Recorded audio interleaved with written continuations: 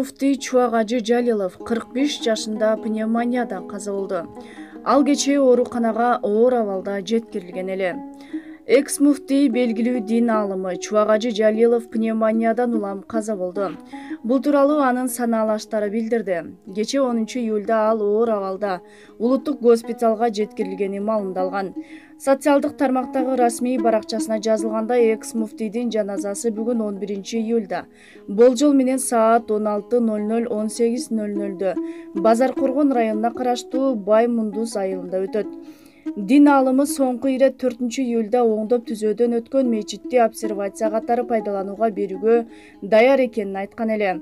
Экс-муфтий 1975 жылы 21 январда Жалал Абад облусуна караштуу Базаркоргон районундагы Бай Мундуз айылында төрөлгөн. Супер KG порталынын эмгек жамааты Чубак Жалиловду мезгилсиз дүйнөдөн кайткандыгына байланыштуу үй бүлөсүнүн жакындарынын аза кайгысын тең бөлүшүп, терең кайгыруу менен көңүл айтат.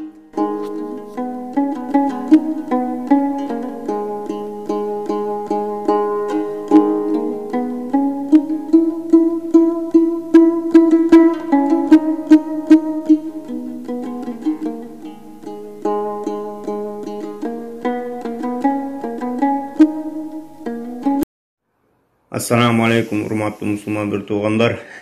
Бүгүн мына өтө суук кабарлардын дагы бири ажекебиз Чубак ажынын каза болгонун азыр уктук. Ассаламу алейкум, улуу урматтуу кыргыз элим. Бүгүн жаман кабар уктум. Биздин устазыбыз өтүп кетипти, арты кайрылуу болсун. Туугандар, мен чын жүрөгүм менен ишенем. Чубак ажы устазыбызга, байкебизге, тууганыбызга кыргыз элим ыраазы болду депчи.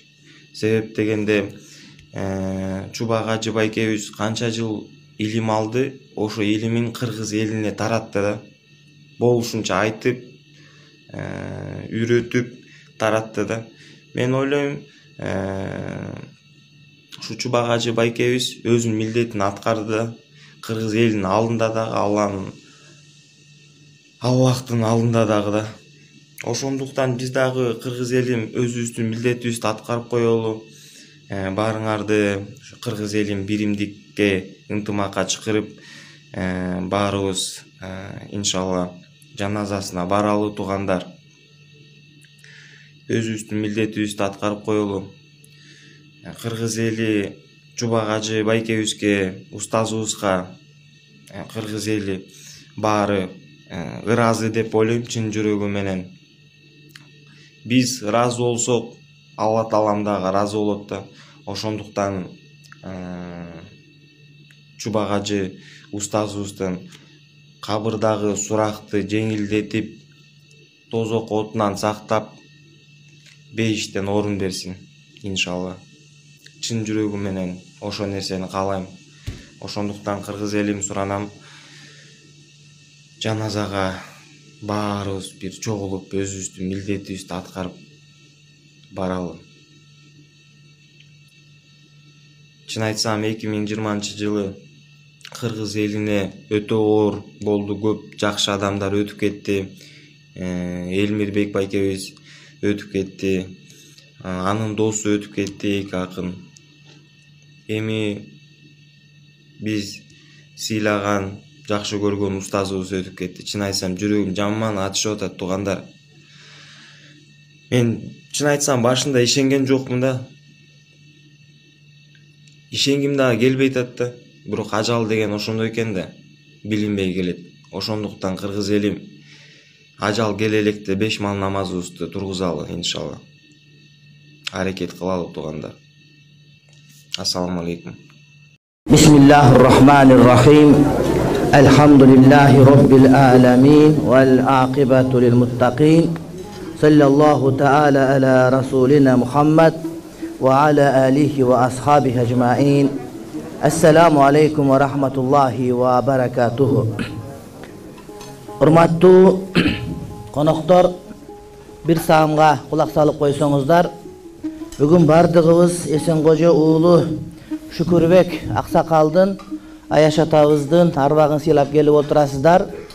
Ушунчалык жамаат чоң болуп тургандыктан бир эки ооз сүйлөгөндү туура көрүп турам. Урматтуу бир туугандар, адамдын бардык учурунун жакшы учуру болот, жаман учуру болот.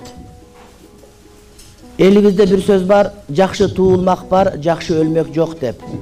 Бирок ошол эле учурда бактылуу өлүм деген түшүнүк бар. Илгери 10 жыл мурда экен, ошол Меккеде окуп жүргөн убагыбызда ушу Баткенден барган ошол убактагы мэрдин атасы өлүп, өз колум менен ошону кабырга койдум элем. Анан коюп атканда суктангам, ушул кишиндей болгон өлүмдү Кудай мага дагы насип кылса экен деп. Анан ошондой суктануу көптөн бери болгон эмес, бүгүн дагы ошондой болуп атат. Анткени Кудай Таалам эгерде бир адамга жакшылык кааласа, ал адамга жашында мээнет берип, карыганда дөөлөт берер экен.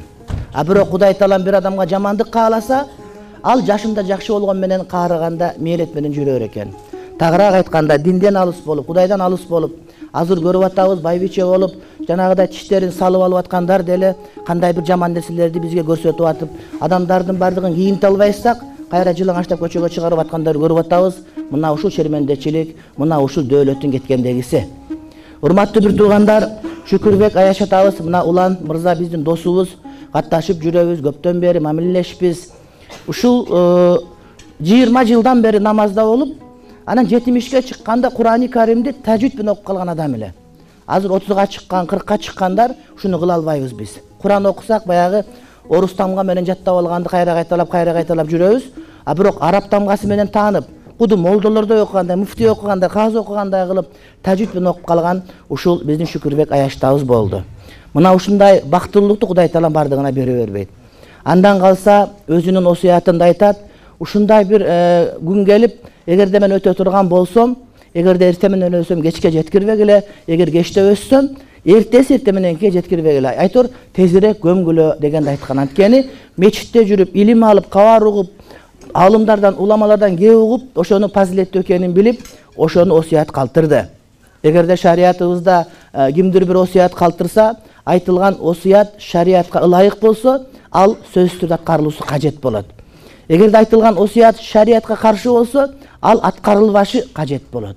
Мына ушул аткарылуусу кажет болгон, милдет болгон, важип болгон осуят эч нерсе сойбогула, ошол мени пайгамбарыбыз кандай узаган болсо, ошондой узаткыла. Азирети Абу Бакыр, Азирети Умар кандай узаган болсо, ошондой узаткыла деген осуят ишке ашып, мына балдар эч кандай кан чыгарган жери жок, башка кылган жок. Жана ошол күн апарып, иншалла эмне кылды? Маркум атабызды жерге берип, Борбордук мечитте ушул жерден жаназа окулду. Абдумажид Карым көмүлгөн, Зияудин Карекем көмүлгөн, улук адамдар көмүлгөн Восток айылындагы кабырстанга апарып ошол жерге коюлунду. Пайгамбарыбыз саллаллаху алейхи ва саллям өзүнүн осуят хадистеринде бир күнү Али Жафардын үй бүлөсүндө маркум каза болуп, ошону көмүп аткан учурда адамдар деди. Жафардын үйүндө кайгы болуп турат, 3 күнгө чейин аларды тамак аштан башка нерседен алаксыз кыласыздар. Аларга тамак ашыңарды апарып бергиле. Алардын үйүндө от жагылбасын, казан асылбасын, анткени булар аза күтүп, булар капы болуп турган учуру деди. Ошондуктан мына 3 күнгө чейин эч нерсе союлбастан, бардыгы аман эсен болуп, шариаттын тартиби менен өткөрүлгөндүгү, бул ошол мынакей Шүкүрбек Аяш атабыздын, абабыздын, атабыздын, аксакалдын ниетинин түздүгү жана балдарга берген тарбиясынын түздүгү. Өткөн адам өтүп кетти, намыста болтуруп, башка да болтуруп, кыргыз жанагы намыска ушундай бекем эл болот, анан кээде намыста болтуруп, четтен дагы чыгып кеткен эл болот. Намыста болтуруп, адам өзүн кыйнап койгон учурлар бар. Ал эмес көп адамдар Кур'ан окутканда, башка кылганда, урматтуу бир туугандар, кредит алып окуп атканын билебиз, анын сообу болбойт. Булардын колунда бар адамдар. Окута турган болсо, эң чоң ресторанга ошол күнү ар бир адамдын өзүнө бир баштык эт кылып бере турган мүмкүнчүлүгү бар эле. Бирок атанын сөзү, атанын осуяты, шариаттын өкүмү, урматтуу бир туугандар, бардыгынан жогору турат. Пайгамбарыбыз саллаллаху алейхи ва саллям айтат, күйлөшпөстөн туруп, баланы калтырып койсоң, баланын бардыгын дуасы кабыл боло бербейт. бала салих болуп, өзү Кудайга жакын болуп, адалга жакын болуп, арамдан алыс болсо, мына ошонун дубасы жетип турат дейт. Анан арам аралаш жүрө берген болсо, башканы билбесе, элди чыкыр эки молдон олтургузуп туруп, анан Куран окутуп койгон болсо, сооп жетип кала берет дегенден ойдон алыс болуш керек, урматтуу бир тууганым. Ошондуктан бардыгыбыз балдарыбызды мына ушул Шүкүрбек аксакал тарбиялагандай кылып тарбиялай турган болсок, өлүп кеткенден кийин дагы урматтуу бир туугандар уят болбойт элек. Насип кылсын иншалла, Шүкүрбек Аяштабыздын балдарына дайыма атаңа рахмат деген сөз айтылынат. Атадан болобу, небереден болобу, чебереден болобу, чоң атаң ушундай болчу деген сөз урматтуу бир тууганым, ошолорго мактап алып келгенди Кудай Таалам баарыбызга насип кылган болсун. Амин. Бисмиллахир-рахманир-рахим. Кудай Таалам мына ушундай жакшы өлүмдү Кудай Таалам жакшыларга насип кылсын. Кудайым шерменде кылбасын. Кудай Таалам жашаган жашообузду, алган демибизди, ал эмес акыркы өткөргөн мүнөттөрүбүздү дагы пайгамбарыбыз көрсөтүп кеткен туура жолдо жүргүзгөндү Кудай Таалам насип кылсын. Кудайым жакшыларга шерик кылсын, жамандардан алыс кылсын. Аяштабыздын балдарына, кыздарына, неберелерине bu Ayşenevizge Kuday Talam deyin soluk iman versin.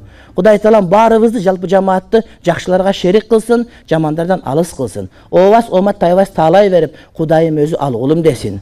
Rabbana atina fid dunya hasana ve fil ahireti hasana ve qina azabennar. Amin amin amin. Bir rahmetike erhamer rahimin.